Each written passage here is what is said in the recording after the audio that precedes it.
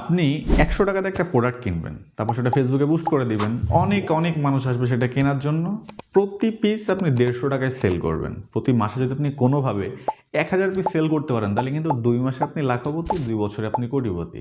বিষয়টা মোটেও এভাবে হবে না, হলেও এত সহজে না। কারণ বিসিএস ক্যাডার হবার প্রসেসটা আমরা অনেকেই জানি, কিন্তু আমরা সবাই বিসিএস ক্যাডার হচ্ছি না। কারণ কোনো কাজের প্রসেস জানা বা কোনো কাজের প্ল্যান করা এবং সেই কাজে সাকসেসফুল হওয়ার মধ্যে অনেক পার্থক্য, দুটো এক বিষয় নয়। অনলাইন এবং অফলাইন, বিশেষ করে ফেসবুকে আমরা যারা বিজনেস করতে আসি, আমরা এরকম একটা উড়ন্ত স্বপ্ন নিয়ে আসি, কিন্তু আমাদের মাথায় রাখতে হবে গত ২০ বছর যাবৎ ফেসবুক সোশ্যাল মিডিয়ায় রাজত্ব করছে। আর আমি হঠাৎ করে সে ৩ মাসে ফেসবুক থেকে লক্ষ টাকা ইনকাম করব, এটা কিন্তু কখনোই হবে না। তাহলে পৃথিবীতে কোটি বেকার থাকতো না।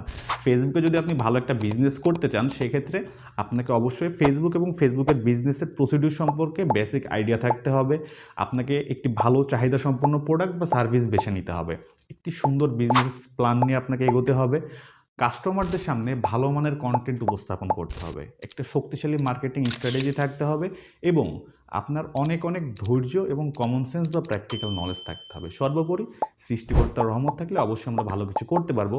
আর এই যে কথাগুলো আমি বললাম, এটা কিন্তু ফেসবুককে আপনার কাছে কঠিন করে দেয়া না। আসলে এটাই বাস্তব।